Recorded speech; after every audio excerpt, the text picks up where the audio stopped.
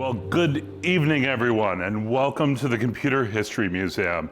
And a special welcome to everyone watching online and watching the recording. I'm David Murphy with the museum's programming team, and I'm so glad on behalf of the entire team that you're here tonight.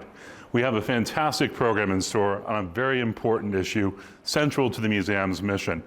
And that mission is to decode technology, its computing past, digital present, and future impact on humanity.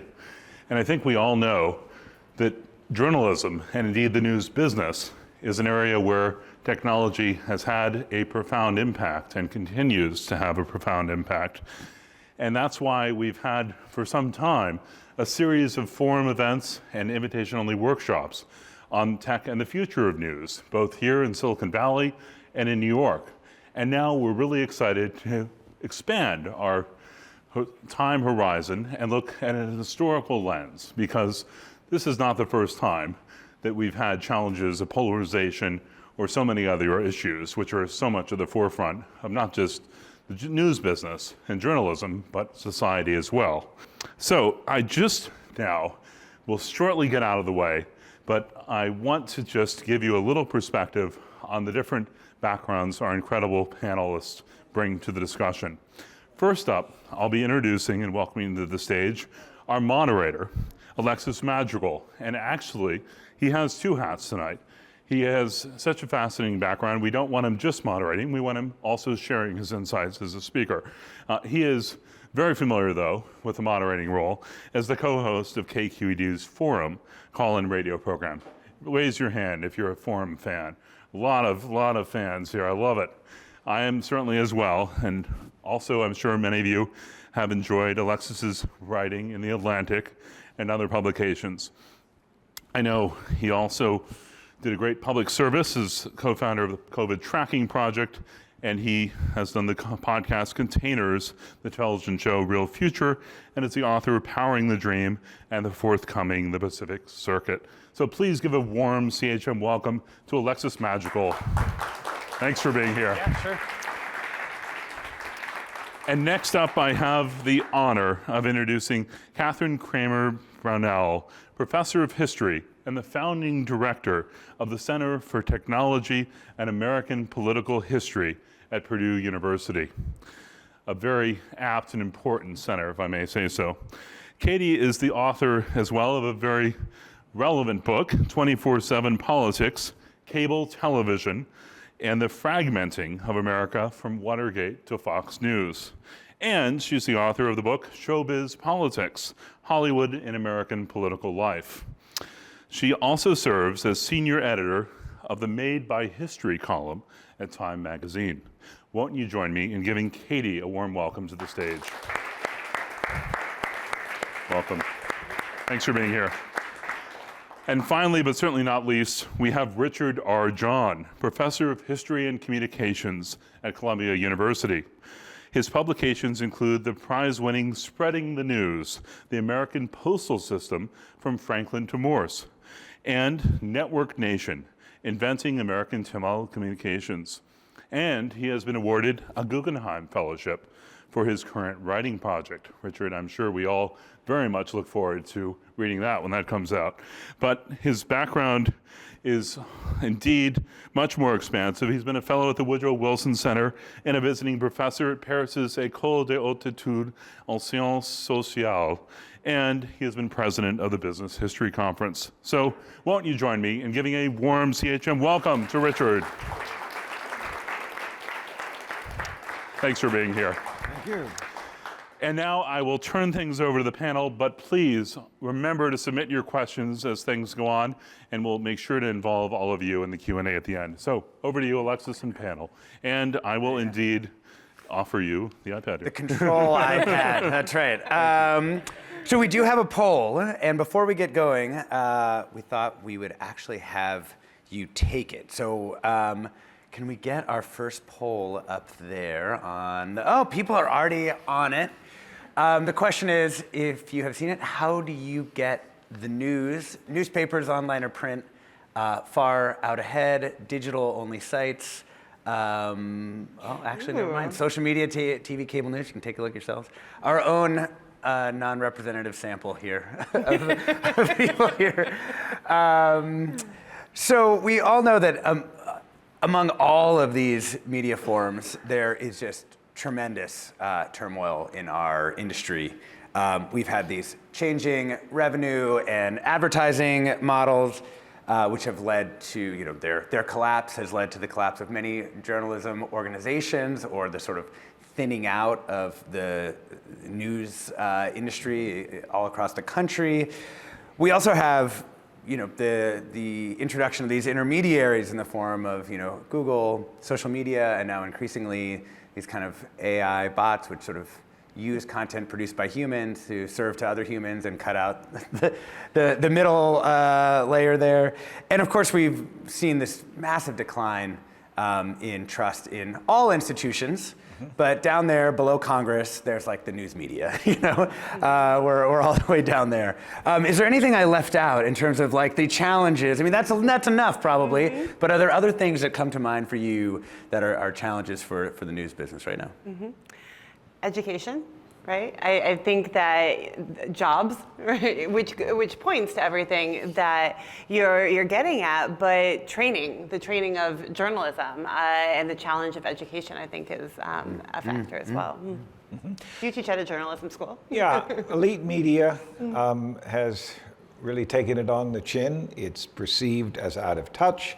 It became somewhat arrogant following Watergate last 20, 30 years. And it's become very strident. And that's, I think, a challenge, because it's no longer, it's not seen as an honest broker as it was in the age of Walter Cronkite. Of course, I think people realized also on a political level that it's kind of always a good idea to run against the media, And so everybody's running against the media all the time, which I think makes it pretty difficult, because there's actually being an honest broker and there's being perceived as an honest broker by people who are themselves not honest brokers, right? And I think that's working the refs in the form of the media has been a really tough thing in our industry. Yeah, and I think to add to that there's always been an adversarial relationship between elected officials, especially presidents, and the news media reporting on them, holding them accountable. But that adversarial relationship has really intensified, because this critique of liberal media bias has been a political project that is central to the making of the conservative movement. And so since the 1950s, as conservatives tried to build their movement, integral to that is this critique of liberal media bias. And it expands, and it really has become a central tenet to the Republican Party. Yeah. It's such an interesting thing, too, because if you look back at like 60s countercultural media, of course, they're also making the attack at that point on insufficiently liberal news media at that time. Let's dive into history. It makes me feel better sometimes, so that's nice. Let's dive into some history. Richard, let's start with you. Like, take us back to the kind of early American media ecosystem. And let's kind of pick up the story around the founding of the Republic. Like, how would someone get their news at that time, such as it was? Well, in the early years of the Republic, there were hundreds and thousands, tens of thousands of newspapers. None of them were more than 4 pages long. In fact, it was a newspaper. It was just folded over. It was expected you'd read the whole thing. And they would be filled with news stories culled from other newspapers. Very little local news before the 1850s, mostly national and international. When the political parties became sort of standard features, 1830s, 40s, you'd have a party paper, Democrat, you'd have a party paper, Whig. Within the town, they'd be expected to have different points of view, mostly covering national and international news. And Alexis de Tocqueville comes in 1830-31. He's astonished at the number of newspapers. He's astonished at the penetration of news into the hinterland. You're in Michigan, which was then way out on the frontier. The ordinary citizen would be as well educated as someone in New York. And that's because we had this distribution system of the Postal Service, yeah? The post office subsidized newspapers about 90% of the weight of the mail, never more than 15% of the revenue. You could get, if you were an editor, an unlimited number of newspapers free of charge, and that was the ecosystem. In effect, we had government subsidized elections because of these massive newspaper subsidies. So interesting. We'll get to the sort of development of these non-party papers and kind of the role of what we came to call objectivity in the 20th century. But first, I want to talk about a technological change that came in the telegraph. Mm-hmm. How did it sort of change those underlying structures of journalism? Did it just kind of layer into existing news organizations? Were there new, like, telegraph-oriented news startups? Like, how did that work? Well, the electric telegraph terrified the New York newspapers, and there were 6 or 7 at this time that were kind of the dominant dailies, because telegraph was established by a fellow named Samuel Morse, his business agent Amos Kendall, very hostile to the New York newspaper establishment, and in fact, there was a fellow named Samuel Colt, best known for the 6-shooter. Yeah. Samuel Colt was Morse's business agent, and the goal was to use the electric telegraph to destroy the New York City press. If you can get news from the British steamers down to New Orleans, going around the New York City press, there's no need for newspapers, and he advertised that. Newspapers fought back. And they established an institution, New York Associated Press, that transmogrified, would eventually become the Associated Press. And they changed the laws in order to give newspapers privileged access to telegraphic information. So there was a political response to a technological challenge. Oh, that's interesting. Yeah. What was that privileged access? Well, if you were an editor, you could get your news through faster than anybody else. And then very quickly, the New York Associated You needed Press, someone to, like, tap it out on the key and all that. And that's key. And then you can, if you're a New York newspaper, then they discover that you can limit access to the New York Associated Press feed. And this became a critically important asset as late as 1945, when the Supreme Court declared it unconstitutional, that the New York Associated Press, and then its successor, could decide who gets the AP feed. And so if you have the AP feed, you will prevent your rival from getting the AP feed. And that's one reason the news ecology in New York was so dense, is because a number of newspapers were able to get the feed because they were right there at the beginning. Wow. Yeah. So, you described the sort of politics of that 19th century newspaper, which kind of sounds like, how the British press works to date, right? Mm-hmm. British press still has these kind of different slants in the papers, and people all understand that and work with that. But, like, the big U.S. metro dailies that kind of develop in the 19th century into the 20th century, they start to, like, do something else, right? I mean, they start to talk about their role and their ethic and what it is that they're doing in kind of a different way. Can you describe a little bit of, like, that development and kind of the ethic of journalism? Mm-hmm. Big change, 1880s, 1890s. Cities are expanding. You have a market for all kinds of goods. Advertising is always at least half revenue of newspapers, often more. Newspapers are now more than 4 pages. They're 8 pages, maybe 16 pages. So you've got a lot of white space to fill in every day. Immigrant population, you're going to have an effort to reach out to them with all kinds of features, including kind of cartoons and the funnies. So the newspaper becomes a kind of it's an omnibus for lots of different kinds of people. And that will be your New York world. New York Times, in response to that, says, no, we're going to provide information. We're going to stick to the older model, in effect, highbrow, but we're going to provide information of a high quality on a much wider range of topics than we had before. And those two rival models sort of dominated the metropolitan press into the 20th century, and eventually this new idea that there's something called professional objectivity would emerge, and it would become institutionalized in the 1920s and 1930s. Yeah. And one word about objectivity, it emerges as a norm at the very moment in time when journalists are no longer convinced that they know what is true. In other words, instead of reporting the news as a kind of a window into the world, you've given up on that. You said, no, we're going to follow a set of procedures, and if we follow those procedures, then what we're doing is objective. We've checked the boxes. So interesting. I mean, it feels like our press took that path in a way that other presses didn't, even inside the United States. Right. We're talking about the Metro Daily takes that path. You know, if you were looking at like black newspapers or something, they're doing fact finding, they're doing a lot of similar things, but they're not adopting that stance. Or you look outside the country, it's really interesting. Right, it was never the only model for the big city press. That's why I mentioned the story papers. It was one model, and that because we don't have a BBC in the United States, we didn't have that kind of professional government-backed, limited medium.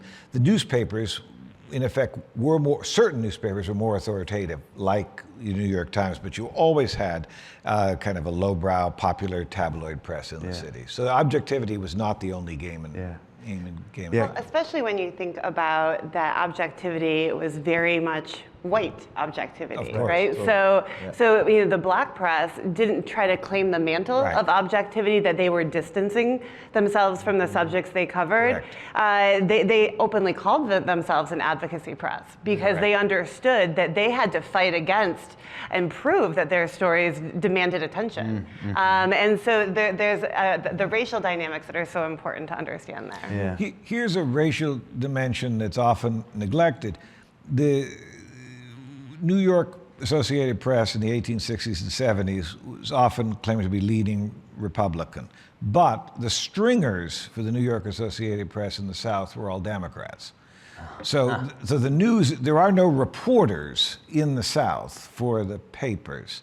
They instead rely on their own reporters. So they rely on these stringers. And those stringers are Democrats, and they're not reporting on the triumphs of African-American education, formerly enslaved. They're not reporting on the rise of the KKK. They're reporting on the corruption in the South, because that's where they're getting the news from. They're getting the news from the Democratic local journalists. And that's that we forget how regionalized the national press, the Northeast press was. Yeah, for sure.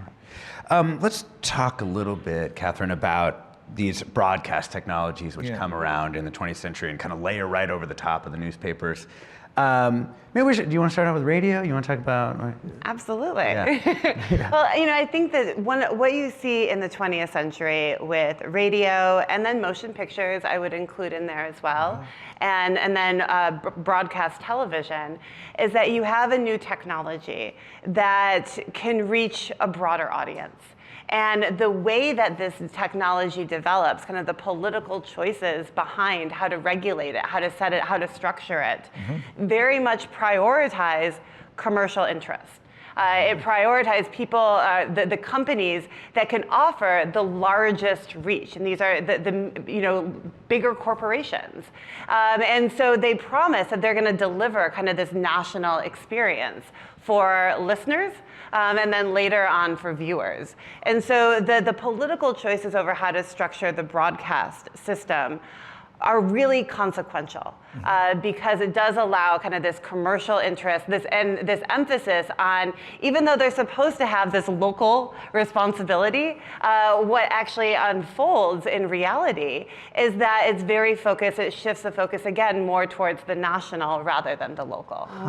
And why was it set up that way? A lot of it comes down to negotiations with Coolidge and Hoover and these national politicians over, Hoover is an engineer.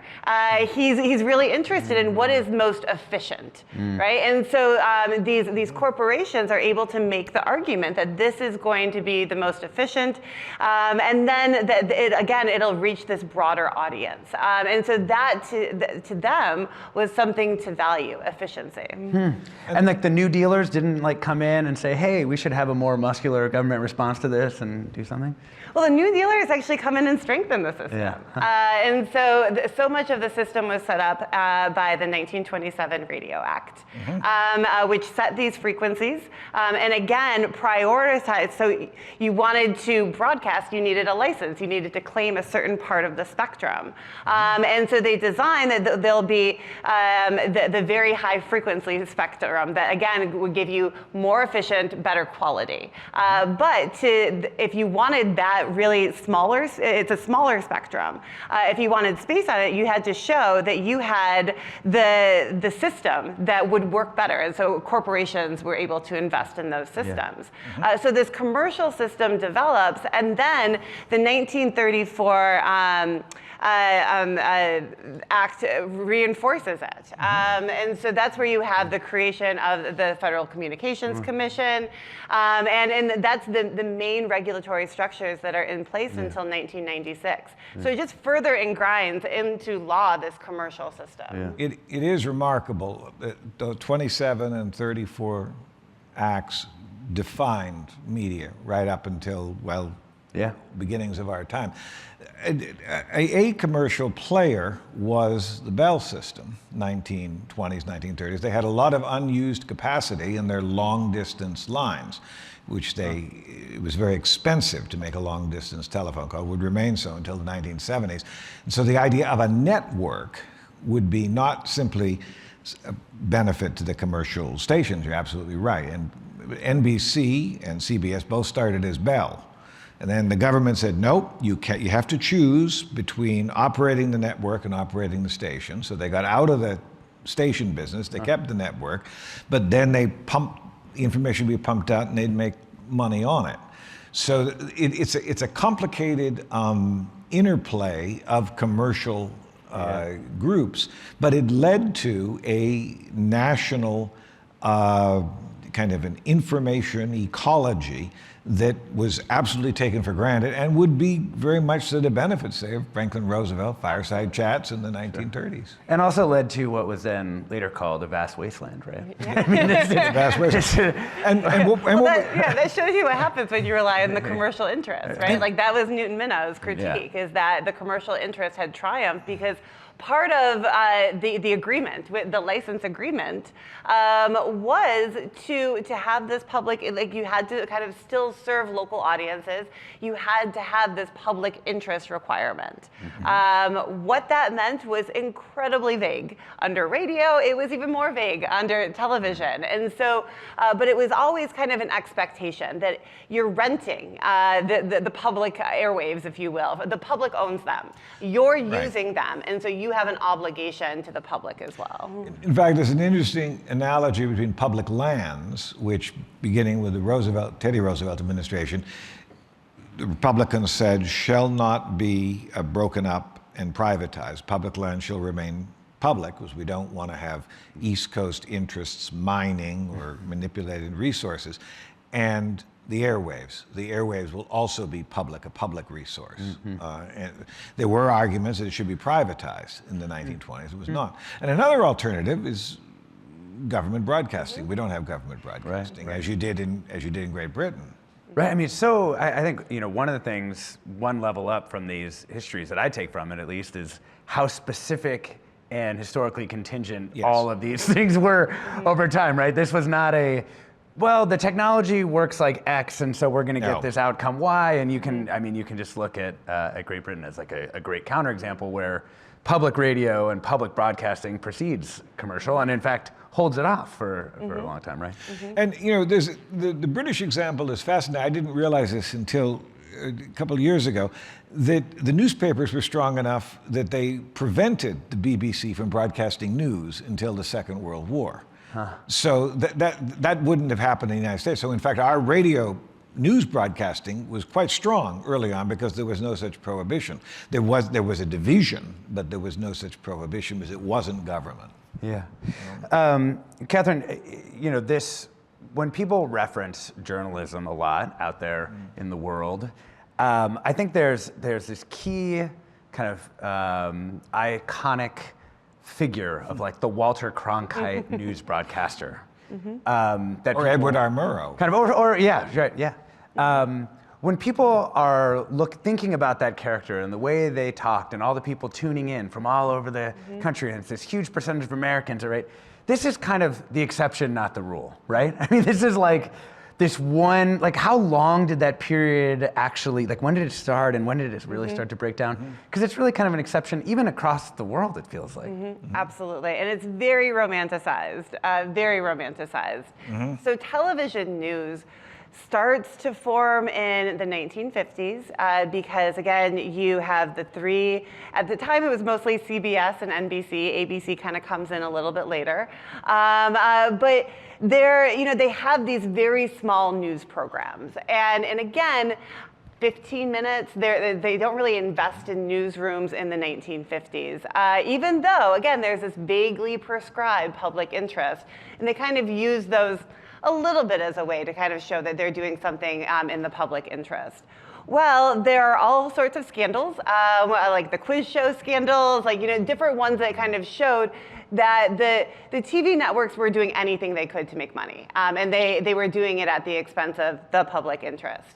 The 1960 television debates, the first one, that happened, it's actually because the networks were trying to prove that they had a civic role, that they're going to take this time away from the valuable ratings that they could bring in with and sell advertisings during their commercial programs, and they were going to put these debates on. And so that was their first way that they were kind of showing. There's all this kind of regulators were starting to look at them, and the public was getting critical, so they thought the TV debates, that's a way that we're going to show are us serving the public interest.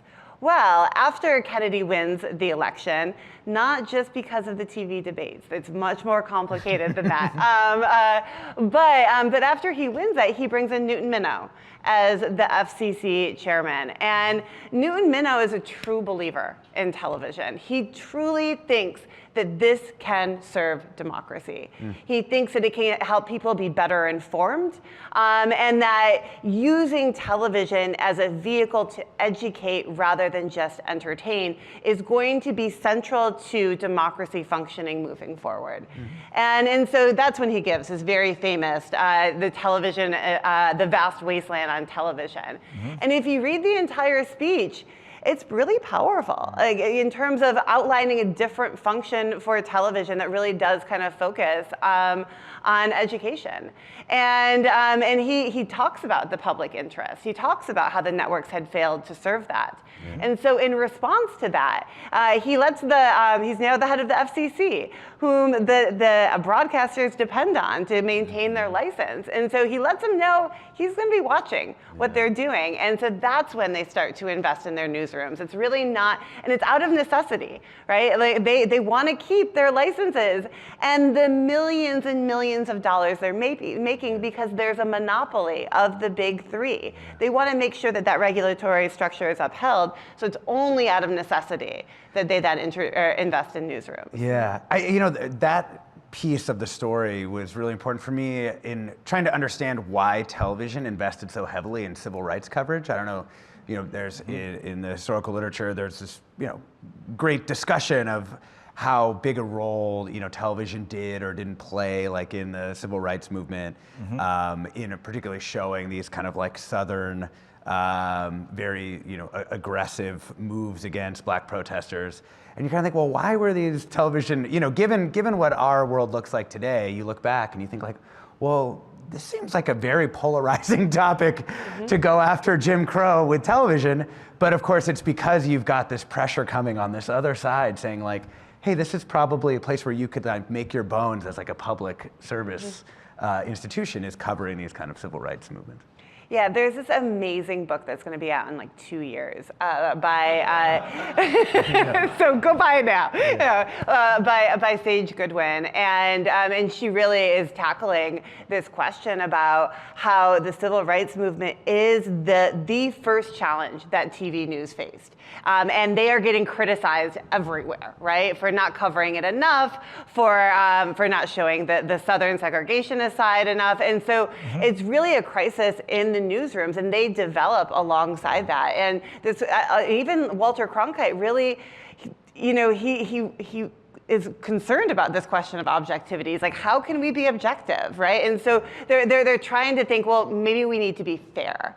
And then it ends up, and then there's a lot of pressure by Southern conservatives saying that you're not showing our side, and then they push the concept of balance.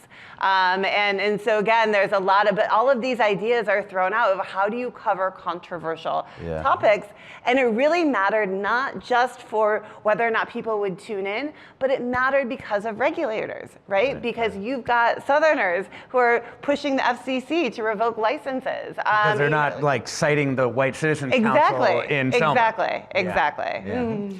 Vietnam is another fascinating issue. Is when there was a mythology that somehow if I've lost the country, if I've lost Cronkite, I've lost the country. Right. But in fact, the best scholarship on television coverage of Vietnam that I've seen suggests that most of the time they were interviewing government officials, and it was more or less following public opinion and not leading public opinion. And it was very tightly constrained. But I think we did. One other point that maybe isn't so obvious is that everyone took television seriously. I mean, if it was on one of the three networks, that audiences were huge compared to media today, and that you had to engage. Nixon knew he had to engage, even though he was unhappy with the coverage. He had Spiro Agnew as his vice president, who was his kind of pit bull to go after the media, but you couldn't ignore it, or you couldn't, and there was not yet an alternative media ecosystem. Which, boy, is that become the dominant play for people in positions of power now. It's not, you just don't engage and post your own thing, right? So let's talk a little bit, before we get to the kind of digital age where I'll switch into speaker mode for a second. I do want to hear more about the development of cable, which does seem to sort of presage a lot of things that then happened on the internet side. Yeah, so cable had been around since 1948. It's been around since the beginning of television. And it really emerged initially as a way for a community that was far away from a big city that couldn't necessarily access the broadcast signals with the rabbit ears on top of a TV. It was in a mountain, top of a mountain. Yeah, someone from that community, an entrepreneur, would drive to the top of a mountain or go out on the top of a roof, put an antenna up there, get the signals, and then wire it down through coaxial cable. They'd have to use amplifiers to keep the signal, and then you put that wire into the television as well. So it really began as a very experimental, entrepreneurial way to expand the reach of broadcasting. Then there were experiments and ideas in the 1950s about, what if we partner with like Hollywood studios? Or what if we partner with a local sporting team so that we can actually not just expand the reach of broadcasting, but offer something very different.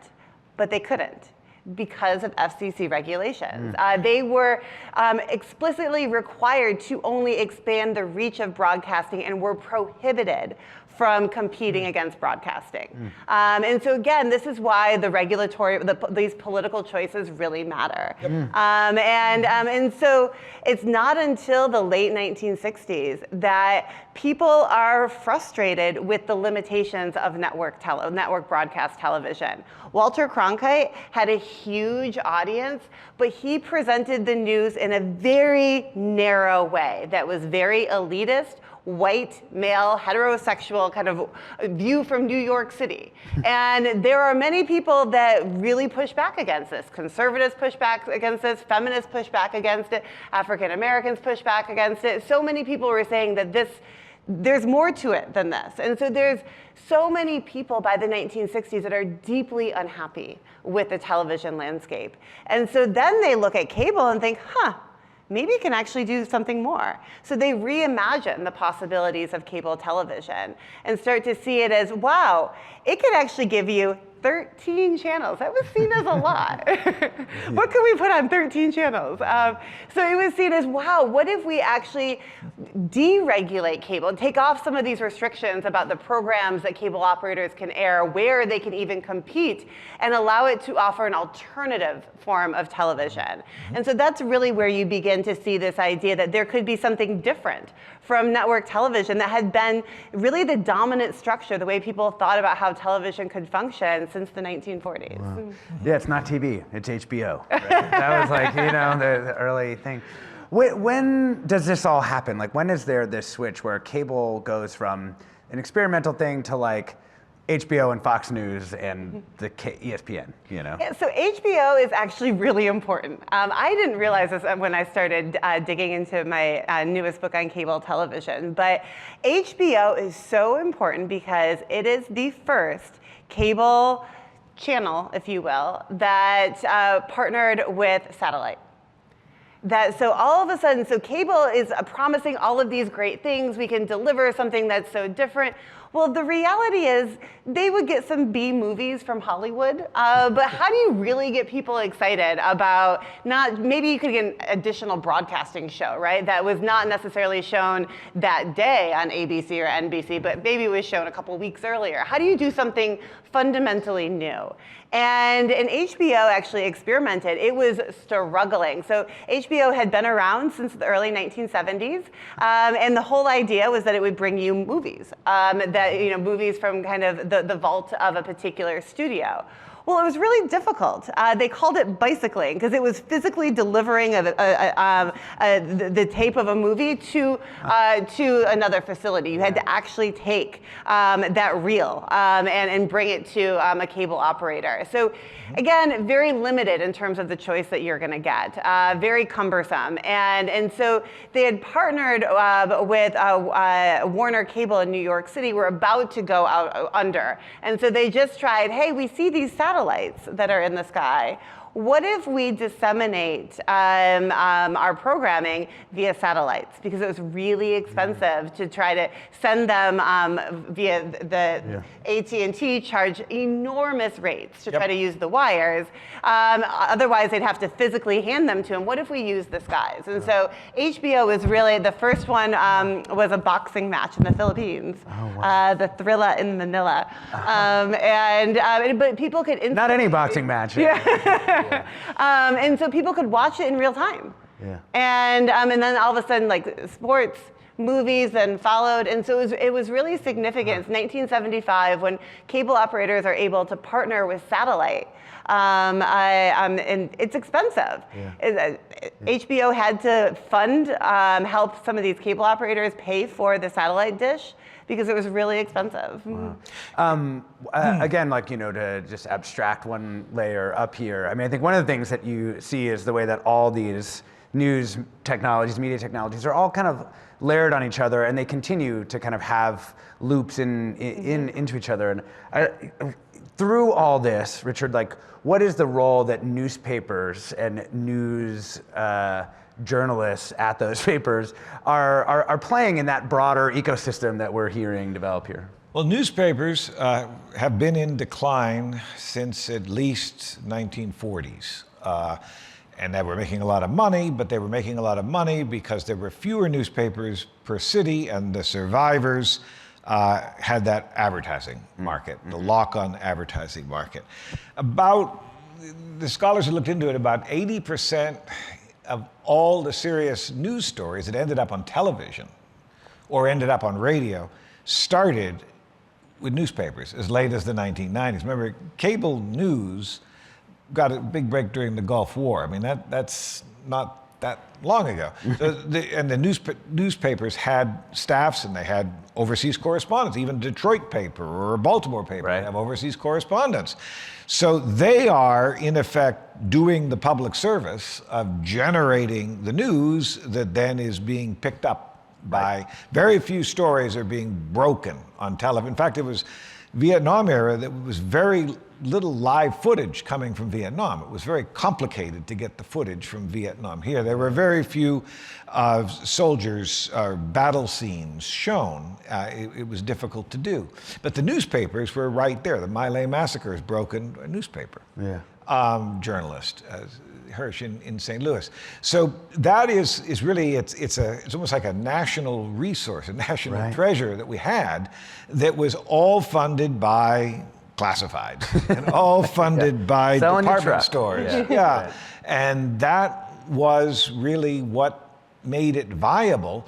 And as, unfortunately, tragically, as the number of newspapers declined in the city, they became very attractive takeover offers because they were making a lot of money and it was seen as a declining market, and then they were simply bled dry by their outside owners. Yeah, a process that continues to this very day. To this very day. I mean, just to make the point, though, about how important newspapers have been to these media ecosystems, I only think it's very recently that KQED, which has a huge member base and covers the whole Bay Area, that we had more journalists in the newsroom than any of the local papers. Yeah, that's a very recent phenomenon. Yeah. I want to turn a little bit to the digital side and just like a couple observations about my time watching, first Wired, where I worked, and then The Atlantic, where I was a big part of the digital transformation of The Atlantic from kind of like a competitor of Harper's to like a large, digital presence. And I kind of, when I was thinking about it, I kind of boiled it down to just like three things seem to me like fairly distinct from these previous eras, and I'm sure we're going to find continuities because historians will always find you a continuity. but I think they feel a little bit different to me. In addition to all the things that are the same, like going to do fact finding, struggling with our relationship with objectivity, or air quoting objectivity like I just did. Trying to figure this all out, right? First thing is just the fundamental change in the distribution of what news organizations produce to be algorithmically driven. The kind of way I think about this is now virality is kind of the core principle of distribution for news. Can't say I think that's a great idea, or not just for news as a category, but for almost anything, but it's what happened, right? It became these ranking algorithms that began to roll out with Facebook newsfeed, and then now are like everywhere, from there to TikTok, structure what people see in a way that used to be structured by a lot of other things, including regulatory apparatus, the like business operations of a news network, the AP's like there were lots of ways that news got around, and we've kind of given all those things up, and now we have like platforms that move things around via virality. Of course, that also unbundled all these things that used to have context within news organizations, like a magazine. Now, those, or even a website as a bit of context, right? A front homepage and all those things. All that gets kind of ripped asunder, and like the URL becomes kind of the unit that's moving around in the world, which both decontextualizes everything and allows for recontextualization in all these other new sites, like in the form of aggregators of various kinds. The other thing that happens, I think, which is an underrated change, is journalists come to have what some scholars call sort of an algorithmic imaginary. Right? It's not just the story you're doing that's going to go on to the paper and you're thinking about what your editor wants. You also are thinking about, well, like what the internet wants, as we would have said in the aughts maybe, or what Facebook wants, as we would have said in a later period, or whatever, right? There are all basically media creators who work on platforms develop like a sense of like, right or wrong. I think it's usually a little bit better than chance, but maybe not that much better about like what it is the platform might want, what's going to get attention. As part of your feedback loop of that is another one of these really big changes, which is analytics. Analytics in the old days would have been ratings, or they would have been selling papers, but even those things, ratings are like a little bit closer, but they're also very fuzzy. I mean, I know this from radio. It's kind of made up. I mean, I just want to say it, sure, they're there, but they're definitely kind of made up. And analytics are made up in a very different way. And they are much more precise, and they allow you to track on that like URL basis. And because of that, you're not only able to kind of mete out the rewards like within a media ecosystem, but you're also able to kind of see thematically what seems to be hitting. And of course, news organizations then began to invest massively in that, and usually what they called audience development around those analytics. And of course, it's why everyone knows the word clickbait now, right? Because everybody is trying to move in those directions. Last thing is, I do feel like the audiences are very different now in this digital world. They have a much more tenuous connection to the thing, to the organization that's producing this, whatever information it is that they're reading, in part because they didn't read it on The Atlantic or KQED, they read it on Facebook or X or whatever the thing may be.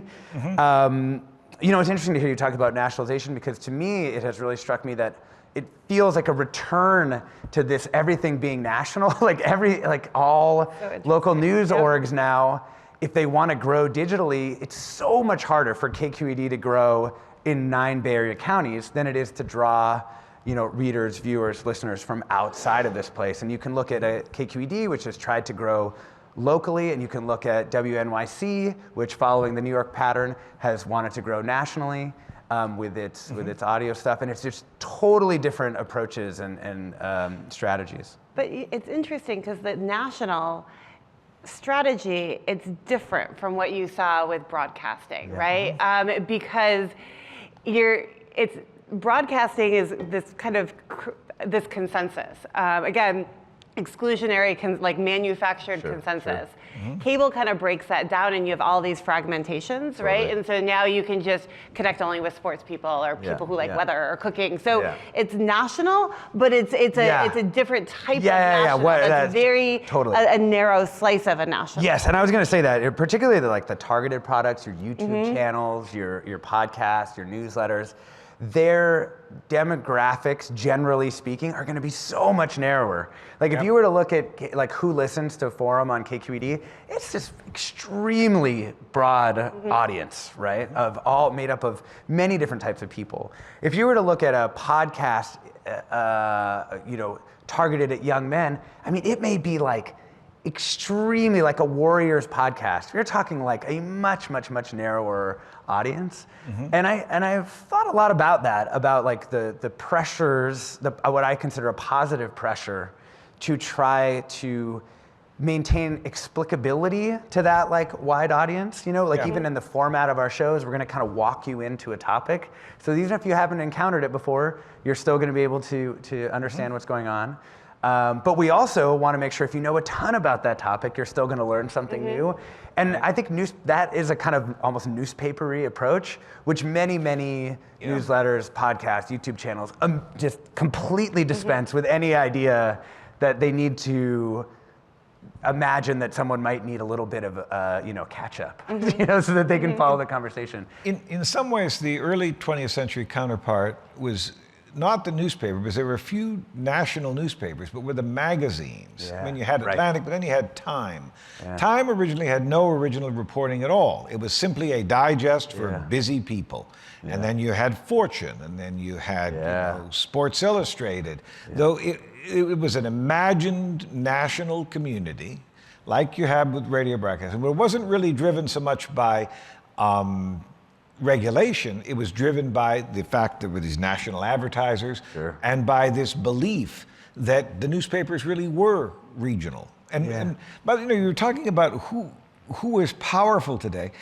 Editors were very powerful politically. In 1920, two newspaper editors ran against each other for president. And they were kingmakers behind the scenes. And they would also determine what got into the newspaper. So it wasn't some algorithm, it was what the newspaper editor thought. And that would be shaped by a particular urban context. Whereas the magazines, in some ways, were a precursor to your broadcast radio. Gosh, you know, it's interesting, just for a local example of how powerful the editors were. right? Like the Noland family in Oakland has, one member of the family who's the Senate Majority Leader, and like the other guy is like the editor of the Oakland Tribune, right? And it's like kind of central to the Republican machine in California. And they would write speeches, and they would go to conventions, and they would say such and such is not fit as a candidate for the party, and they held forth. Yeah, what a fascinating thing. We have so many good questions coming in that I actually just want to, we're going to go a little bit of a lightning round here. Let's start on this one. How does the Fairness Doctrine and its repeal in 1987 impact our news today? Is it part of the problem? Kathryn, give us a little background on what the Fairness Doctrine is, and then you can answer the question. Yes, Fairness Doctrine was really implemented formally by the FCC in 1949. And it comes out of a lot of radio actually digging into news in the early 1940s, but many of those people presenting the news presented their view on it, and it was a very conservative take, and this is during World War II, and that was seen as very dangerous. So there's a lot of discussion about you can't just get all your news from one angle. You have to bring in different points of view. So the Fairness Doctrine is an FCC rule that's introduced in 1949 and says that you have to present issues of public importance with contrasting views. I think that's a direct quote. And so what that meant is very nebulous. Like, what is contrasting view, right? Like, what does it mean to have a contrasting view? Does it have to be one or the other? Can it be various shades? And so this is something that was constantly fought over. It was a battle, and this is why that idea of liberal bias was so central to conservative mobilizations, because they felt they were never afforded that alternative point of view. And so that's why they saw the media establishment as so fundamentally biased. And so it's debated. It's really a mantle of conservatives are really focused on this. But during the 1980s, it's really deregulation that is at the end of the Fairness Doctrine. Ronald Reagan is elected. Mark Fowler is the head of his FCC. He says he's going to pull back all of these regulations on expectations for broadcasters to serve the public interest, because he argues that the market will serve the interest. And so to your point actually about algorithms determining what people saw, this is a major shift, because he says what interests the public is the public interest. And so it's really this turn towards the consumer interest as the public interest. And it's an interesting coalition of people who try to, so he kind of he says that the FCC is no longer going to introduce the Fairness Doctrine.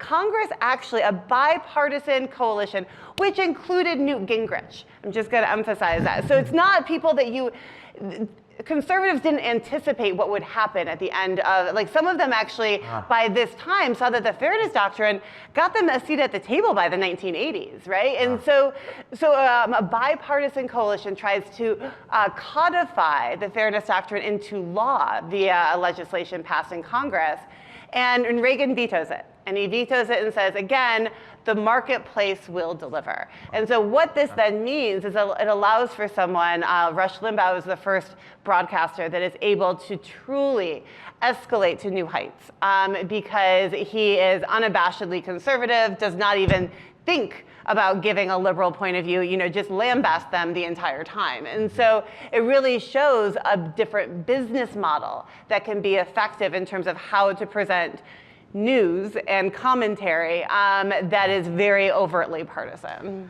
I'm so curious, do you think, like, all the other things happen that have happened, but Fairness Doctrine somehow stays? Do you think that does anything? Or is it just like, there's like the guy in the dike, but all the water is just like flowing all around? No, because the Fairness Doctrine actually only applied to broadcasting. Cable did not necessarily have to adhere to that. And it was actually really murky. It had not been tested legally. So cable just argued that they had a variety of different, they had 50 channels by this time, that could provide a diversity of view. It was a lot of like CNN was really, they weren't entirely sure if they had to abide by it because it was a little murky. But so they actually just kind of emulated the dominant broadcast model at the time. So commentary would include, it was just the dominant assumption that if you had commentary, you would include, a Republican and a Democrat. And so, yeah, it's a good, it would have been tested whether or not cable was actually under the mantle. Yeah. That's fascinating. It might have had a bigger difference on religious broadcasting, because the FCC not only limited, voices weren't within the kind of 40-yard line on the left and the right, but there were a lot of religious broadcasters, including religious broadcasters that wanted to not just proselytize, but also raise money. And that was something that FCC strongly disfavored. So it's imponderable what might have happened. Yeah. All right, Rich, let's start with you on this one here. It's question is, much research on polarization points to inequality and immigration as the primary causes of polarization. Is media fractionalization a cause or consequence? Wow. That's a good question. That's a good question. There's a lot of reasons for the polarization of the American public. And I'm hesitant to give too much causal agency to media, but with the algorithmic imperatives, there has been, and increasingly big money coming from outside the country, you have to at least acknowledge that the interests of the folks running media and the national interest have diverged in ways that would have been inconceivable 1960s, would have been inconceivable 1840s. So, are there these real issues out there that are separate from how we're learning about it on radio, internet, television? I'm inclining to the view that media has agency. You going to agree, disagree? I think the answer is yes and no. The answer is it's both, right? Yeah. And there's this really striking moment in my research in the 1992 election where MTV decides that it's going to cover the election. And it's again all about some of these regulatory debates. They want to show their civic role. But there is this executive that realizes that, wow, if we cover politics, our viewers will never turn to NBC. He actually says this very blatantly in an interview. This is not something, it's a business strategy. He's like, this is actually good to create personalized news. It's a good business model to create what we would now call these echo chambers that then facilitate and kind of exacerbate some of these polarizing views and contrasting views on it. So it was really striking to me. I'm like, this is a good business. There are businesses, many media businesses that really benefit from it. Yeah. I also, one of my views here might just be that it's very difficult for researchers to watch the real-time functioning of the media ecosystem such that you could say, like, you could make a call on like how causal it is around some particular topic's polarization. Because it's not like there's so many topics that are not polarized, then they get pulled into the media sphere and then they become like heavily polarized. And that says to me there's probably some role for the media in some of these things in like a super broad sense, like the polarization of our party system or something. Maybe it's like different, but I don't know, maybe that also has its building blocks in these individual topics which get polarized, like building a border wall, for example, or something like that, which there was already a border wall and it was like medium controversial for a very long time, and then it becomes like an incredibly polarizing topic. If I can just add, I think it's important to think of polarization as a political strategy too. That this is something that, and again, I saw this very specifically with figures like Newt Gingrich, who was like, I'm going to be, attack people, throw kind of red meat to people who may be watching, throw everything on the wall, see what sticks, and then say, oh, that issue worked. So now I'm going to kind of fine tune and foreground that in certain areas and kind of use outrage, very purposely stoke outrage. And I think something like the cable and then later the internet, social media allows people to kind of experiment with what is going to stoke outrage, what is going to kind of resonate. You know, I also did a show recently with Annalee Newitt, who has this book about American psychological warfare, and she kind of just takes this idea of like culture wars as actually being part of this like American psychological warfare.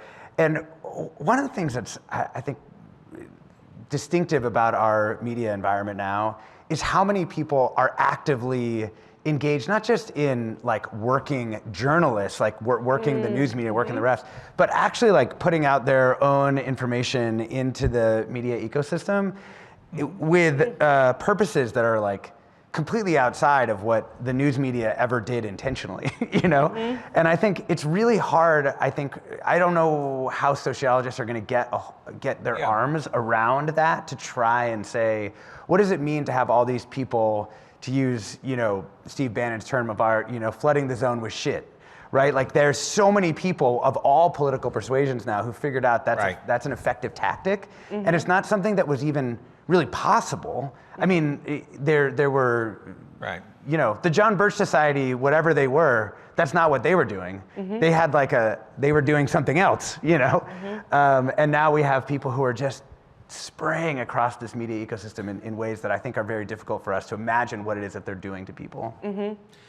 Yeah, I mean, I think again of magazines. If you read histories of the United States in the 40s, 50s, 60s, historians are always going back to those national magazines, which are sort of creating an imagined consensus. And the Birch Society was, to go back to that, was clearly outside of that consensus. And everybody knew it. The Birchers knew it, and the historians knew it, and the major media networks and the newspapers knew it. But that's not quite so clear today. I mean, there are other factors. Is wealth inequality, right? There's the response to the 2008 financial crisis. There's a distrust of elites in many fields, in academia, not just journalism, also in medicine. These kind of cross-cutting issues are eating at a sense of nation, a sense of a common purpose, the public good you talk so well about. But I do think when you talk about algorithms or the breakdown of this perhaps now lamented or not lamented model of a couple of networks that at least established. Also the two-party system. Democrats used to have a lot of conservative in the South, and that stabilized. Republicans used to have a kind of liberal wing up in the Northeast. That's gone. So in a sense, you have a nationalizing of the polity. The cities no longer exert the kind of influence through the newspapers that they once did. Disproportionate influence, or so it's perceived by New York and maybe LA, is feeding this sense of bitterness, of frustration, and perhaps justifiable outrage at the way things are being run. Here's on a different topic here. To what extent has our diminished attention span affected the type of news that people consume and therefore publishers disproportionately create? I wouldn't be surprised if they have a countervailing, object to some of the assumptions of that question, but maybe not. What do you think? I mean, Question one, do we have diminished attention span? That's the question. I see it with my students. yeah. You're like, me, of course not. However, the younger generation, let me tell you. I see it as not just diminished attention, but an expectation that everything is personalized. Right. So, and again, this is a shift that I've charted in my research that cable does, and then the internet, social media, metrics, all that you're talking about, that really doubles down on it. But this expectation that everything should interest you, it should be catered to you personally, it should be entertaining, and it should adhere to some of these your consumer interests, should kind of align with your citizen interests or obligations, if you will. And so again, this is a longer shift, but I kind of see that as like this expectation to always have everything be of interest to you as well. And then, well, I don't want to hear about that. So I'm just, I'm going to turn the channel, turn the feed, whatever. So I think it's not just shortening of attention span, but this conflating of citizenship and consumerism. So I agree with you, but then we have the phenomenon of the podcast, these 30-minute or hour-long podcasts that have just taken off and have found an audience. Yeah. So there's different groups. But certainly if you listen to the fireside chats by FDR or even presidential speeches in the 1960s, the soundbite had not yet gained the ascendancy that it has. But they listen to that and only that. A podcast, when do you listen to? I guess some people are driving, right? Or some people are working out or going for a walk, or so people sat and only listened to FDR and sat intently, within a group, within their family. They weren't listening in their earbuds. Like they were listening like people gathered and watched TV together. I have wondered if there's also something that is, you're kind of gesturing at it, whether there's actually like a loss of like collective attention, even like within a small, which I think that's probably something, I think that's probably really something. significant. Sports. Yeah, sports. That's right. The last remaining. The last remaining. Media business model and everything else. Here's some interesting things here. Are we ever going to see a per-story payment system emerge in lieu of the per-publication subscription model? And I'm going to pair that one with what lessons from the evolution of the news business from across history can we take for how news outlets can survive today? These are both things about sort of like prospective business models and what history could teach us about our collapsing business models. Well, we haven't mentioned where the revenue's going. And the revenue from advertising is going to the Googles and so on. And that's a real problem, because if there were a way to shift the revenue from advertising back to journalists, I teach at the Columbia Journalism School, that would be a very good thing for the future of journalism, and journalism is connected to the future of democracy, whereas Google's business model is not necessarily connected to either. If that were possible, and that's a political matter, and it's being experimented with in Australia and other parts of the world, that you could at least have a basis for employing journalists, which I think, whatever your political persuasion would be, is better than not in order to sustain an educated, informed citizenry. Yeah. Whether that's going to happen or not is another question. Yeah. How would you answer that question? Yeah, you're in the thick of it. The business model side? Yeah. Oh man. Well, I think the membership models, which is what lots of places have gone to, over there, Defector, which is like the ex-Gawker people, they've gone to like a membership model. Of course, like the public radio model continues to work aside from all the begging. But it's a solid model, certainly much more solid than a lot of the other things out there. I will say I feel pretty grim about it all, in part because when I was coming up, there were two lines, right? Here was declining like print revenue over on like journalism side, but then there was this amazing line that was going up, which was digital revenue. And you could see, okay, well, these lines are gonna cross, and so it's just a matter of kind of like either keeping that one a little higher for a while longer, or like getting that one to like shift up faster so that you'd kind of cross the chasm, as it was called at the Atlantic. The problem is we sort of did that, but then this line kind of stopped going up, and in fact, like now everyone's kind of like, wait a second, it looks like we're drifting down. I mean, when in my like darkest moments, I say like, the median value of a journalist written word on the internet's going to 0, which it's pretty tough to do much with. It looks like pretty much going to be the case though. And we haven't even talked about AI, of course, or any of these things which many people in the news industry are also worried about. And almost certainly won't have like a salutary effect on our industry, at least in terms of the journalists employed. So, so I don't know, support your local public radio station. I mean, it's like kqed.org/donate, but they, yeah, I mean, I don't know. But I don't know. The question spoke to, if I understood it correctly, actually pay for stories or pay for. Yeah. I've never been a micropayments person. I mean, in part because, if you were to look, this isn't the analytics person in me coming out, if you were to look at like the back end of New York Magazine, New York Times, any of the great like long form places, you'd see that like on the biggest story, a story that's like driving like a big chunk of the traffic for the day, a very small number of people make it past the first few paragraphs.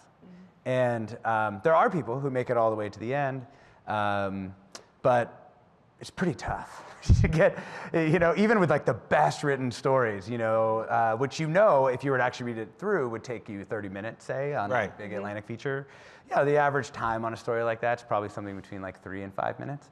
So, it's tough to imagine that enough people, even for something, story, I mean, we can just do the math on it, like, a story that has taken, let's say $100,000 to produce for various reasons, let's say it gets 1 million people to look at it, like, are you gonna get, what percentage of those people are gonna give you something, and then how much could you charge them? Like, just the McKinsey consultant version of this, you kind of see why no one has gone that way. The other possibility is, we end up with, and people have tried this, a different bundling of things, right? If you kind of take for granted, like the URL is kind of the unit, then you say like, okay, Apple News is going to become like the dominant aggregator of these URLs, and they're going to pay money out to these publications.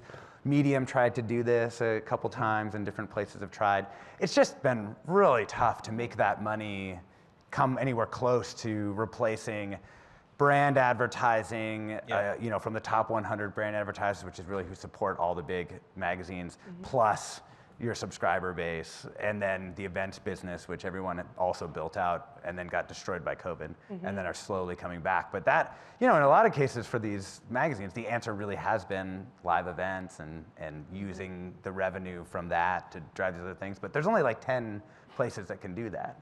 So, But I think it's important to underscore that news has never really paid for itself as news. It was always subsidized. It was subsidized by advertising, or now increasingly it's being, subsidized by philanthropy. Atlantic is getting a lot of philanthropic money, and then they're then running stories that are of interest to the philanthropists. So there was never, in that sense, a golden age of news. It's just that we haven't figured out a way to shift the commercial incentives that are very important to getting people's eyeballs, to shift those in such a way as to develop a revenue stream to keep the news coming that is so necessary for democracy. I mean, that's to me to be the... It's the cross-subsidy, though, used to be different in newspapers, right? Like the best example of that right now, though, is the New York Times developed like the ultimate cross-subsidy, which was the puzzles. Yes. That's it. The puzzles are saving the news business. Food. That's it. Yeah, food and puzzles. Cross-subsidizing the thing. Like, that's it. And that's why probably over the next 2 years, every single place you get your news now suddenly is going to be like, want to play a puzzle? You're like, how many of these puzzles can I do? And it is. So one answer, the really pragmatic, practical answer is philanthropy, cross-subsidy, and hopefully figuring out how to monetize these like video and podcast efforts, which people always hope will pan out and sometimes do. Can I add one more business model that I found really intriguing is C-SPAN.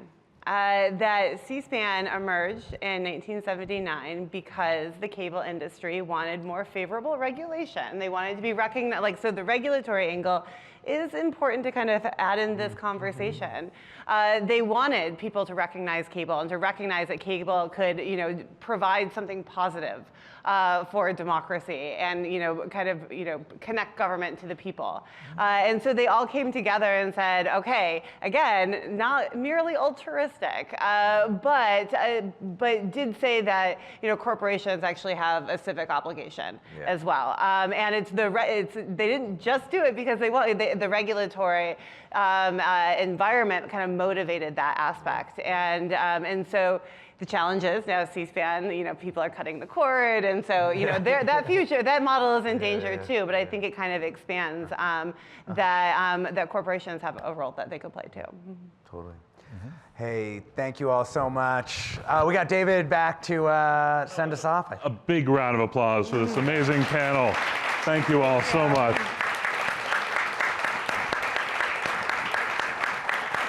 And thank you all for playing along. We may be playing a lot of games in the future here, we'll see.